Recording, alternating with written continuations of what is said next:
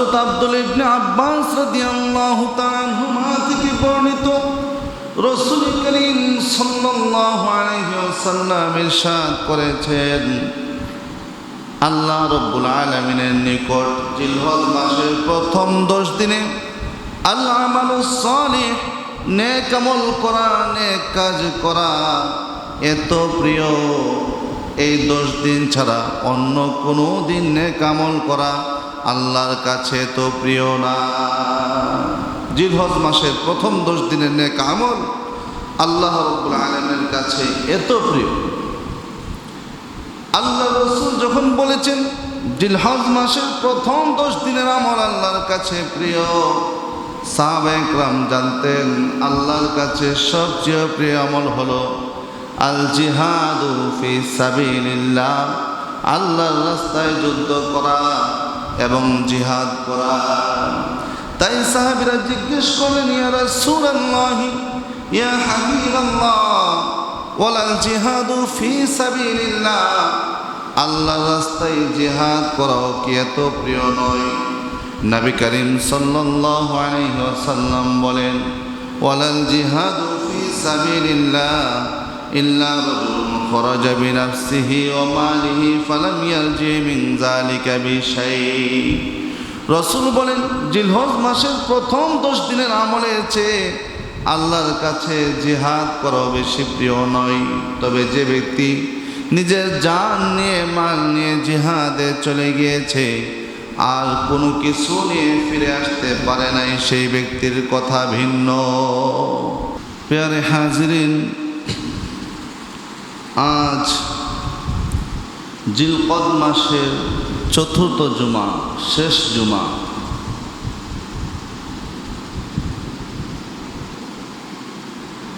তিন দিন পরেই শুরু হয়ে যাবে জিলহজ মাস।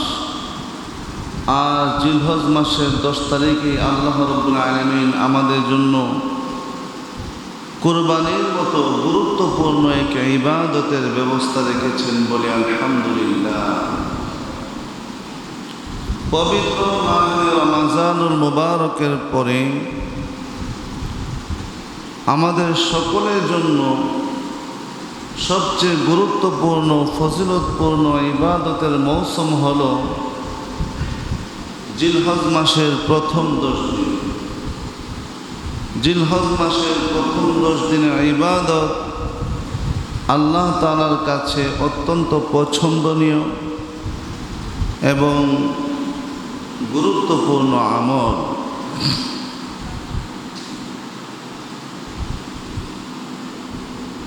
আল্লাহ পাক রব্বুল আলামিন এই জিলহজ মাসের প্রথম 10 দিনের কথা পবিত্র কুরআনুল কারীমের ভিতরে কসম করে বলেছেন। এটার গুরুত্বের জন্য আল্লাহ পাক বলতেছেন, ওয়াল ফাজরি ওয়া লায়ালিন আশরি ওয়াশ শাফঈ ওয়াল ওয়াতর ওয়াল লাইলি ইযা ইয়াসর। ওয়াল ফাজরি, আল্লাহ পাক বলেন ফজরের কসম, ওয়া লায়ালিন আশরিন, 10 রাত্রির কসম, জোরের কসম, বেজোরের কসম। রাইসুল মুফাসসিরিন হযরত আব্দুল ইবনে আব্বাস রাদিয়াল্লাহু তাআলা সহ অধিকাংশ মুফাসসিরিন কেরামগণ বলেছেন এখানে ওয়া লায়ালিন আশরিন, 10 রাত্রির কসমের কথা বলে আল্লাহ পাক রব্বুল আলামিন জিলহজ মাসের প্রথম 10 রাত্রিকে বুঝিয়েছেন, বলে আলহামদুলিল্লাহ। জিলহজ মাসের প্রথম 10 রাত্রির কসম আল্লাহ পাক করেছেন। আর ভিতরের দ্বারা, বেজরের কসমের দ্বারা আল্লাহ পাক ইয়াউমু আরাফা, আরাফার দিনের কসম করেছেন। আর জোরের কসমের দ্বারা আল্লাহ পাক কুরবানির দিনের কসম করেছেন। আল্লাহ পাক এই জিলহজ মাসের প্রথম 10 দিনের ভিতরে আরাফাত দিবস রেখেছে, যে আরাফাত দিবসে ইবাদতের অনেক গুরুত্ব। আরাফাত দিবসে আরাফার মাঠে একত্রিত হয়ে যায়। সম্মানিত ভাইয়েরা, এই জন্য প্রথম জিলহজ মাসের প্রথম 10 দিনের গুরুত্ব আল্লাহ পাক রব্বুল আলামিনের কাছে অনেক বেশি। জিলহজ মাসের প্রথম 10 দিনের ফজিলের ব্যাপারে রাসূল করিম সাল্লাল্লাহু আলাইহি ওয়াসাল্লাম কি বলেছেন? হাদিসে এসেছে, عن عبد الله بن عباس رضي الله تعالى عنهما قال قال رسول الله صلى الله عليه وسلم ما من أيام العمل الصالح فيهن أحب إلى الله من هذه الأيام يعني أيام العشر। হযরত আব্দুল্লাহ ইবনে আব্বাস রাদিয়াল্লাহু তাআলা আনহুমা থেকে বর্ণিত, রাসূল করিম সাল্লাল্লাহু আলাইহি ওয়াসাল্লাম ইরশাদ করেছেন, আল্লাহ রাব্বুল আলামিনের নিকট জিলহজ মাসের প্রথম 10 দিনে আল আমালুস সালিহ, নেক আমল করা, নেক কাজ করা এত প্রিয়, এই 10 দিন ছাড়া অন্য কোনো দিন নেক আমল করা আল্লাহর কাছে তো প্রিয় না। জিলহজ মাসের প্রথম 10 দিনের নেক আমল আল্লাহ রাব্বুল আলামিনের কাছে এত প্রিয়। আল্লাহ রাসূল যখন বলেছেন জিলহজ মাসের প্রথম 10 দিনের আমল আল্লাহর কাছে প্রিয়, সাহাবায়ে কেরাম জানতেন আল্লাহর কাছে সবচেয়ে প্রিয় আমল হলো আল জিহাদু ফি সাবিলিল্লাহ, আল্লাহর রাস্তায় যুদ্ধ করা এবং জিহাদ করা। তাই সাহাবীরা জিজ্ঞেস করলেন, ইয়া রাসূলুল্লাহ, ইয়া হাবিবাল্লাহ, ওয়ালাল জিহাদু ফি সাবিলিল্লাহ, আল্লাহর রাস্তায় জিহাদ করাও কি এত প্রিয় নয়? নবী করিম সাল্লাল্লাহু আলাইহি ওয়াসাল্লাম বলেন, ওয়ালাল জিহাদু ফি সাবিলিল্লাহ ইল্লা রাজুলুন খরাজা বিনাফসিহি ওয়া মালিহি ফালাম ইয়ারজি মিন যালিকা বিশাই।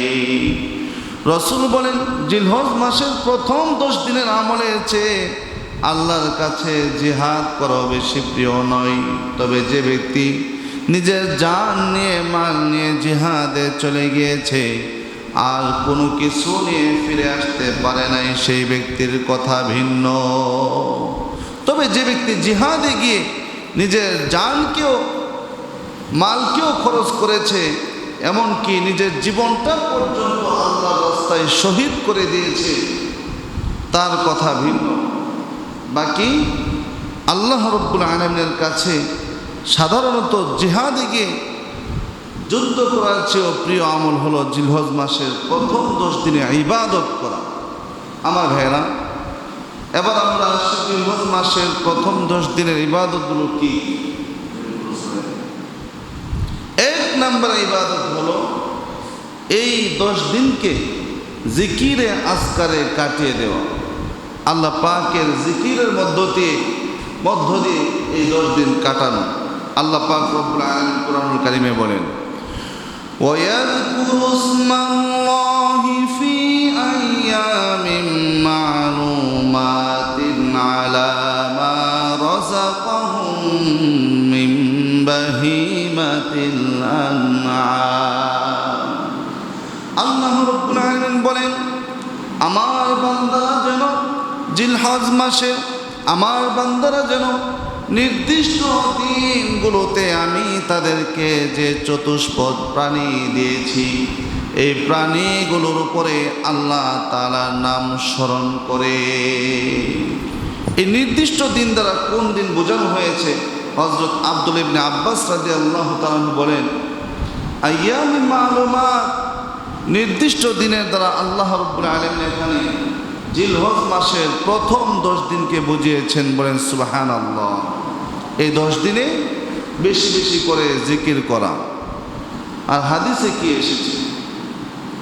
عن عبد الله بن عمر رضي الله تعالى عنهما قال قال رسول الله صلى الله عليه وسلم ما من أيام أعظم عند الله ولا أحب إليه من العمل فيهن من هذه الأيام العشر হযরত আব্দুল্লাহ ইবনে ওমর রাদিয়াল্লাহু তাআলা আনহু থেকে বর্ণিত নবী করিম সাল্লাল্লাহু আলাইহি ওয়াসাল্লাম ইরশাদ করেছেন আল্লাহ রাব্বুল আলামিনের নিকট জিলহজ মাসের প্রথম 10 দিনে আমল করা এত মহৎ, এত প্রিয়, এত পছন্দনীয়, এছাড়া অন্য কোনো দিন আমল করা আল্লাহর কাছে এত প্রিয় নয়। এই জন্য রাসূল বলেছেন ফাআকসিরু ফীহিন্না মিনাত তাহলিলি ওয়াত তাকবীরি ওয়াত তাহমিদি। হে আমার উম্মতেরা, তোমরা জিলহজ মাসের প্রথম 10 দিনে বেশি বেশি করে লা ইলাহা ইল্লাল্লাহর জিকির করো, ওয়াত তাকবীরি আল্লাহু আকবারের জিকির করো, ওয়াত তাহমিদ আর বেশি বেশি করে আলহামদুলিল্লাহ বলে বলে আল্লাহ তাআলার জিকির করো। বেশি বেশি করে সুবহানাল্লাহ, আলহামদুলিল্লাহ, আল্লাহু আকবার, লা ইলাহা ইল্লাল্লাহ এই বাক্যগুলোর জিকির করা এই 10 দিনের ভিতরে, এটা হলো 1 নম্বর আমল। আর 2 নম্বর আমল হলো রাত জেগে ইবাদত করা। যদি সুযোগ হয় জিলহজ মাসের প্রত্যেক দিনের রাতে কুরআনুল কারীমের তিলাওয়াত, নফল নামাজ, জিকির আজকার সহ অন্যান্য ইবাদত বন্দিগিতে সময়টা কাটিয়ে দেওয়া। আর 3 নম্বর হলো জিলহজ মাসের প্রথম 10 দিনের প্রথম 9 দিন রোজা রাখা। যেহেতু 10 তারিখে কুরবানির ঈদ, এই জন্য প্রথম 10 দিন রোজা রাখা। হাদিসে এসেছে عن أبي هريرة رضي الله تعالى عنه قال قال رسول الله صلى الله عليه وسلم ما من أيام أحب إلى الله أن يتعبد له فيها من 10 ذي الحجة يعدل صيام كل يوم منها بصيام سنة وقيام كل ليلة منها بقيام ليلة القدر। আল্লাহ রাসূল বলেছেন, বান্দারা যত ইবাদত করে জিলহজের প্রথম 10 দিন আর 10 রাত্রের চেয়ে বেশি গুরুত্বপূর্ণ আর পছন্দনীয় ইবাদত সেগুলো নয়, বরং জিলহজের প্রথম 10 দিন আর 10 রাতে বান্দা যত ইবাদত করে আল্লাহর কাছে তা অধিক পছন্দনীয় হয়। ইয়াদিলু সিয়ামু কুল্লি ইয়াউমিন বিসিয়ামি সানাতিন ওয়া কিয়ামু কুল্লি লাইলাতিন মিনহা বিকিয়ামি লাইলাতিল কদর। জিলহজ মাসের প্রথম 10 রাত্রিতে বান্দা যত আমল করে তার আমলগুলো লাইলাতুল কদরে ইবাদতের সমতুল্য হয়ে যায়। আর আসতে বলে সুবহানাল্লাহ। জিলহজের প্রথম 9 দিনে যত আমল বান্দারা করবে লাইলাতুল কদরের আমলের সমপরিমাণ বা সমতুল্য হয়ে যায়। আমার ভাইয়েরা, আজ জিলকদ মাসের 27 তারিখ, এই মাসটি যদি 30 যায় তাহলে আগামী মঙ্গলবার জিলহজ মাসের 1 তারিখ হবে। আর আগামী বৃহস্পতিবারের পরের বৃহস্পতিবারে কোরবানির ঈদ হবে 28 তারিখ। আর যদি মাসটা 29 যায় তাহলে আগামী সোমবার জিলহজ মাসের 1 তারিখ হবে এবং আগামী বুধবারের পরের বুধবারে কোরবানির ঈদ অনুষ্ঠিত হবে ইনশাআল্লাহ। তবে নিশ্চিত তারিখ আমরা আগামী শুক্রবারে আপনাদেরকে বলে দিতে পারবো।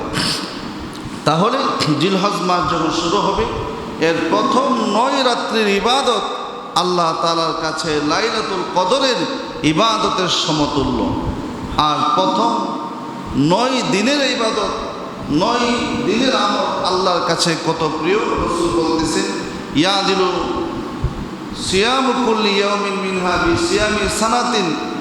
প্রত্যেক দিনের একটা রোজা আল্লাহ তাআলার কাছে 1 বছরের রোজার সমতুল্য হয়ে যাবে। বলেন সুবহানাল্লাহ। আমার মুসলমান ভাইয়েরা, ঈদের দিন ছাড়া বাকি 9 দিনে রোজা রাখা হাদিসে এসেছে নবী করিম সাল্লাল্লাহু আলাইহি ওয়াসাল্লামের স্ত্রী আম্মা হাফসা রাদিয়াল্লাহু তাআলা আনহা বলেন, আরবাউন লাম ইয়াকুন ইয়াদুহুন্না নবী সাল্লাল্লাহু আলাইহি ওয়াসাল্লাম।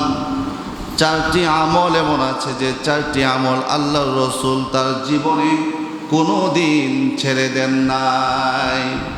এক নাম্বার হলো সিয়াম আশুরা, আশুরা দিন রোজা রাখা। 2 নাম্বার হলো সালাসাতু ওয়াল আশরা, জিলহজ মাসের প্রথম 9 দিন রোজা রাখা। 3 নাম্বার হলো ওয়া সালাসাতু আইয়ামিন মিন কুল্লি শাহরিন, প্রত্যেক মাসের 3 দিন রোজা রাখা।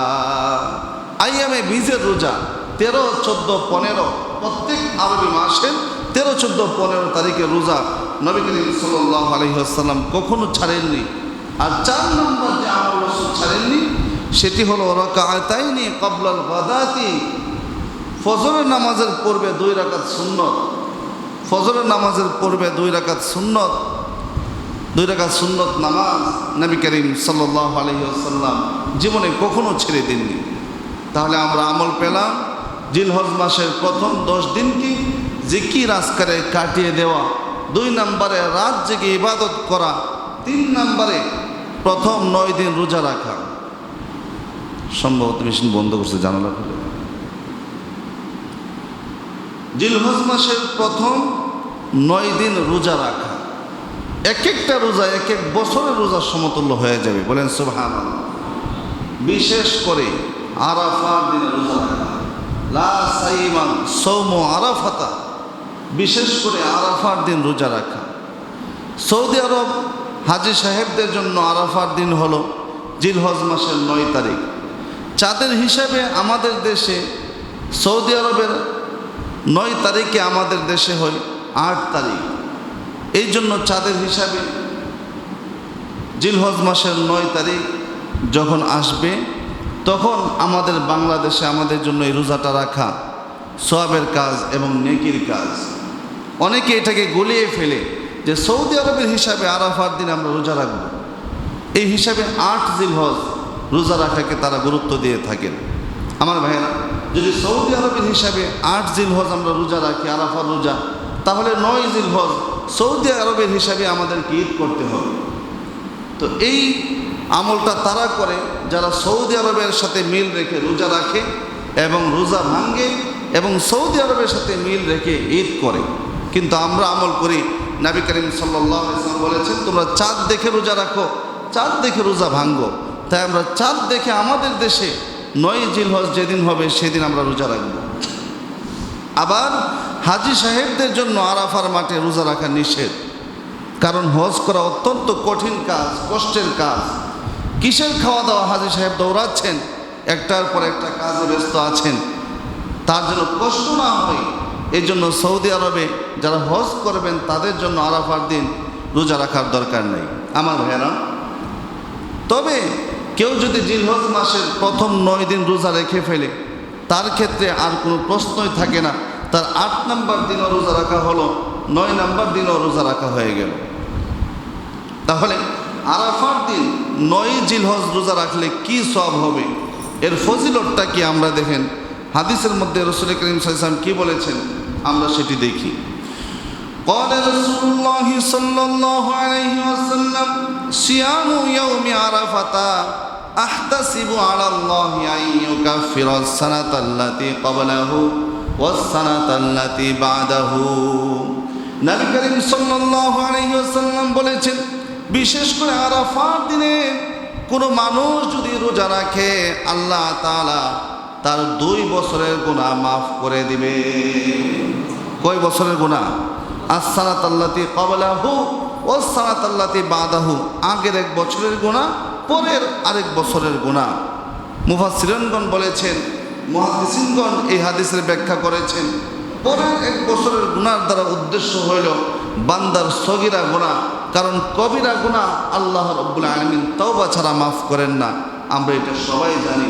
তাই 1 বছরের আগের গুনাহ, পরের 1 বছরের পরের গুনাহ মাফ করার দ্বারা অর্থ হইল আল্লাহ তাআলা ফজিলত দিবেন এবং সগীরা গুনাহগুলো মাফ করে দিবেন। অন্য এক হাদিসে এসেছে, মান সামা ইয়াওমা আরাফাতা গুফিরা লাহু সিনতাইনি মুতাতাবিআইনি, যে ব্যক্তি আরাফার দিন রোজা রাখবে ধারাবাহিকভাবে তার 2 বছরের গুনাহ মাফ করে দিবেন, বলেন সুবহানাল্লাহ। এই হলো জিলহজ মাসে ইবাদত এবং আমলের কথা। জিলহজ মাসের প্রথম 10 দিনকে 1 নম্বরে জিকির আজকারে কাটানো, 2 নম্বর আমল হলো রাত জেগে ইবাদত করা, 3 নম্বর আমল হলো প্রথম 9 দিনের রোজা রাখা, আর 4 নম্বর আমল হলো বিশেষ করে আরাফার দিনে রোজা রাখা। এবার একটা স্পেশাল আমল হলো যারা কুরবানি করবেন তাদের জন্য, যারা কুরবানি করবেন তাদের জন্য একটা আমল হলো রাসূল করিম সাল্লাল্লাহু আলাইহি ওয়াসাল্লাম বলেছেন, ইজা রাআইতুম হিলালা যিলহিজ্জা ওয়া আরাদা আহাদুকুম আন ইউদহিয়া ফালইউমসিক আন শারিহি ওয়া আসফারিহি।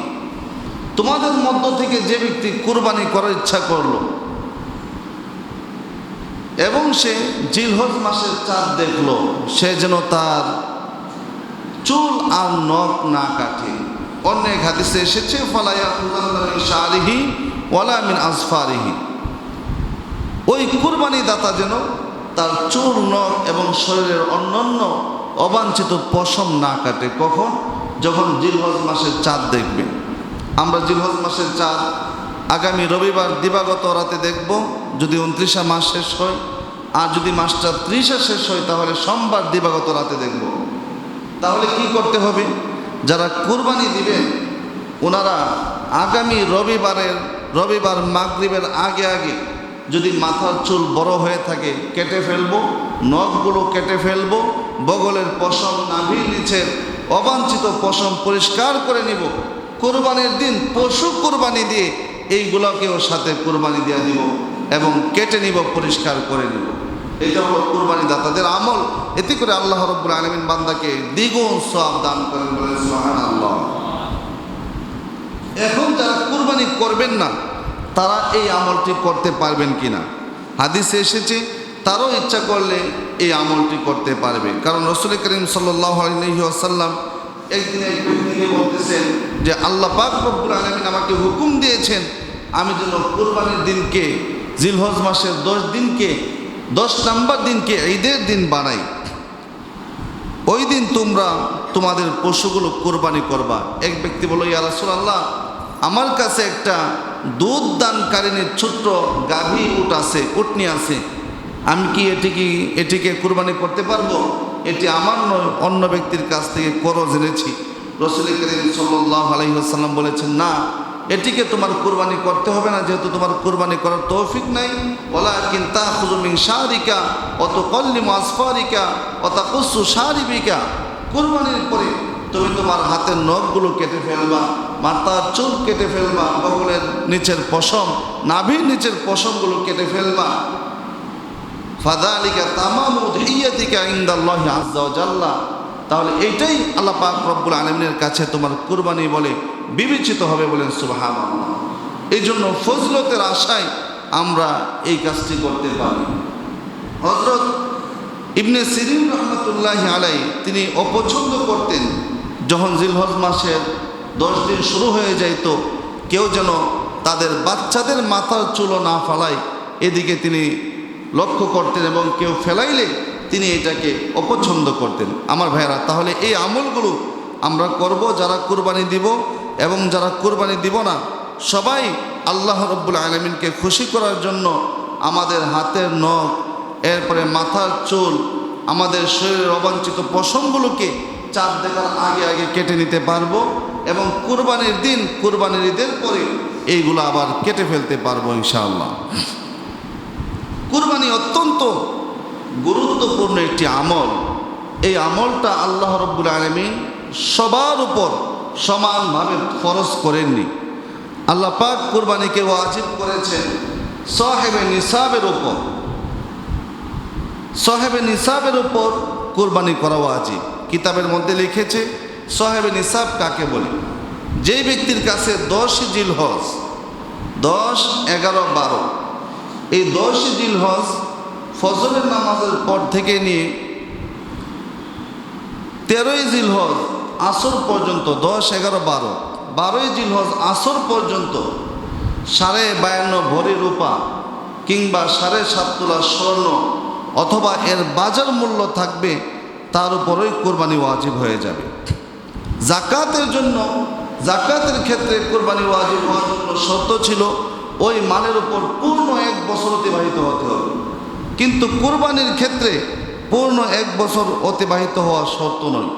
কোরবানির ক্ষেত্রে ওই মালটা ওই লোকের হাতে শুধু 3 দিন থাকলেই হবে আমার ভাইয়েরা। তো রূপার ভরি যাচাই করেছি, আপনাদের টুকের বাজারে মিডিয়াম পর্যায়ের রূপার ভরি বর্তমানে 3500 টাকা করে। 3500 টাকা করে রূপা মানুষ বানাচ্ছে। এই হিসাবে কোনো মানুষের কাছে যদি 1,83,750 টাকা থাকে, তাহলেই তার উপর কুরবানি ওয়াজিব হয়ে যাবে।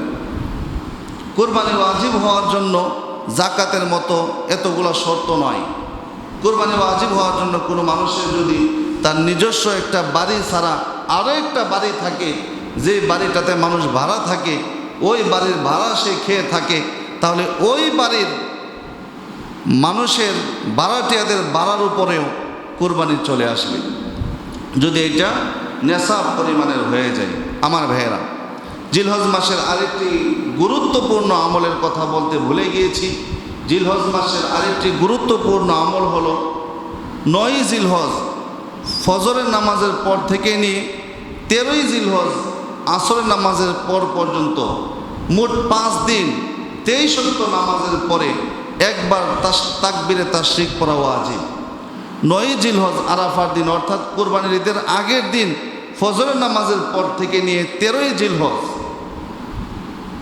আসরের নামাজের পর পর্যন্ত প্রত্যেক ফরজ নামাজের পরে একবার আল্লাহু আকবার আল্লাহু আকবার লা ইলাহা ইল্লাল্লাহু আল্লাহু আকবার আল্লাহু আকবার ওয়ালিল্লাহিল হামদ প্রত্যেক বালেগ পুরুষ এবং নারীর উপর একবার পড়া ফরজ।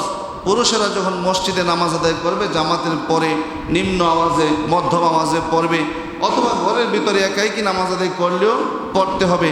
আর মহিলারা তারা ফরজ নামাজ আদায় করে নামাজের পরে তারা নিম্ন আওয়াজে একেবারে আস্তে আস্তে এই তাকবীরটা পড়ে নেবে, এবং এই তাকবীর একবার করে পড়া ফরজ।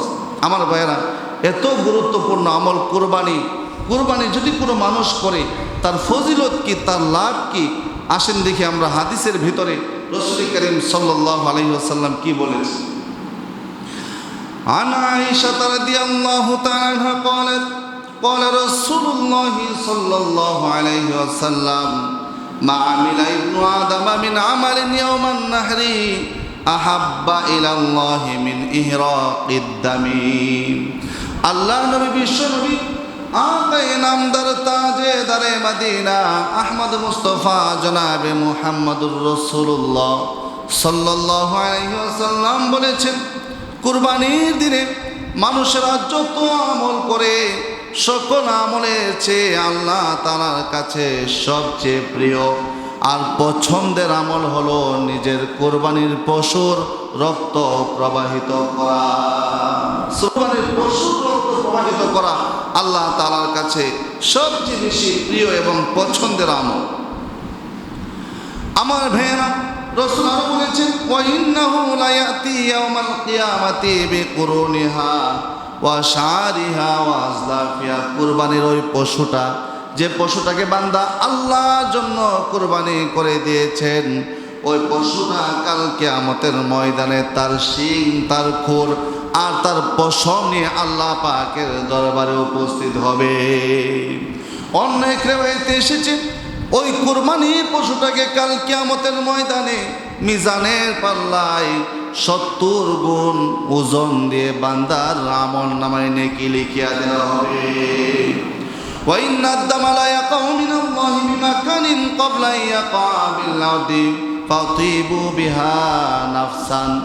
আর কুরবানিকারী যখন তার পশুকে কুরবানি করে, ওই কুরবানির পশুর রক্ত জমিনে পড়ার আগে আগে তার কুরবানিটা আল্লাহ তাআলার কাছে কবুল হয়ে যায় এবং বিশেষ এক মর্যাদার স্থানে গিয়ে সেটি পৌঁছে যায়। হযরত যায়েদ ইবনে আরকাম রাদিয়াল্লাহু আনহু থেকে বর্ণিত, নবীর সাহাবীরা বলেন, ইয়া রাসূলুল্লাহ, কুরবানি কি জিনিস? রাসূল বলেছেন, সুন্নাতু আবিকুম ইব্রাহিম আলাইহিস সালাতু ওয়াস সালাম, তোমাদের জাতির পিতা হযরত ইব্রাহিম আলাইহিস সালামের সুন্নাত। ক্বালু ফামা লানা ফিহা ইয়া রাসূলুল্লাহ, ওগো নবীজি, কুরবানি করলে আমাদের কি লাভ, কি ফজিলত, কি মর্যাদা রয়েছে? রাসূল বলেছেন, ক্বালা বিকুল্লি শারাতিন হাসানা, প্রত্যেক চুলের বিনিময়ে, লোমের বিনিময়ে আল্লাহ তাআলা বান্দাকে নেকি লিখিয়া দিবেন। ক্বালু ফামা লানা ফিহা ইয়া রাসূলুল্লাহ, ক্বালু ফামা সুফু ইয়া রাসূলুল্লাহ, ইয়া রাসূলুল্লাহ অনেক পশু তো এমন আছে, ভেড়া দুম্বা পিঠের উপরে প্রচুর পশম থাকে, সেগুলোর প্রত্যেকটা পশমের বিনিময়েও কি আল্লাহ পাক সওয়াব দিবেন? নবী করিম সাল্লাল্লাহু আলাইহি ওয়াসাল্লাম বলেন, হ্যাঁ, বিকুল্লি শাওরাতিন মিনাস সুফি হাসানা, প্রত্যেকটা পশমের বিনিময়ে আল্লাহ রাব্বুল আলামিন বান্দাকে একটা করে নেকি দিবেন। বলেন সুবহানাল্লাহ। এবার কুরবানির পশুর পেটে কি পরিমাণ পশম আছে, লোম আছে, আমরা কি গুণে শেষ করতে পারবো? কখনো না। আল্লাহ রাব্বুল আলামিন এত পরিমাণ সওয়াব বান্দাকে দিবে যদি তার নিয়ত ঠিক থাকে, যদি তার উদ্দেশ্য মানুষকে দেখানোর জন্য না হয়, যদি তার উদ্দেশ্য কুরবানির গোশত খাওয়ার জন্য না হয়, একমাত্র আল্লাহ রাব্বুল আলামিনের জন্য উদ্দেশ্য হয়ে থাকে, তাহলে এই সব আল্লাহ পাক দিবেন। হযরত ফাতেমা রাদিয়াল্লাহু তাআলা আনহা নবীজি বলেন, হে ফাতেমা, তুমি তোমার কুরবানির পশু জবাইয়ের সময় সেখানে উপস্থিত থাকো এবং নিজে কুরবানির পশুটা রক্ষণাবেক্ষণ করো, কারণ ফাইন্না লাকি বিআউয়ালি কতরাতিন তাকতুরু মিন দামিহা ইউগফারু লাকি মা সালাফা মিন যুনুবিকি, তোমার কুরবানির পশুর রক্তের প্রথম ফোঁটা জমিনে পড়ার আগে আগে আল্লাহ রাব্বুল আলামিন সেটি কবুল করে নেবেন এবং তোমার জিন্দেগির পিছনের গুনাহ খাতা মাফ করে দেবেন। বলেন সুবহানাল্লাহ। আমার ভাইয়েরা, গত জুমায় আপনাদের সামনে কুরবানির প্রথম ইতিহাস নিয়ে আলোচনা করেছিলাম। আজকে জিলহজ মাসের আমল, কুরবানির কিছু গুরুত্ব এবং ফজিলতের কথা বলেছি। আরও গুরুত্বপূর্ণ কিছু ইবাদত এবং আমলের কথা, বিশেষ করে আমাদের যে কুরবানি, জাতির পিতা হজরত ইব্রাহিম আলাইহিস সালামের কুরবানি, সেই ঘটনা আগামী জুমাতে বর্ণনা করব ইনশাআল্লাহ। এই পর্যন্ত যে কথাগুলো বলা হয়েছে, আল্লাহ তাআলা আমাদের সকলকে বোঝার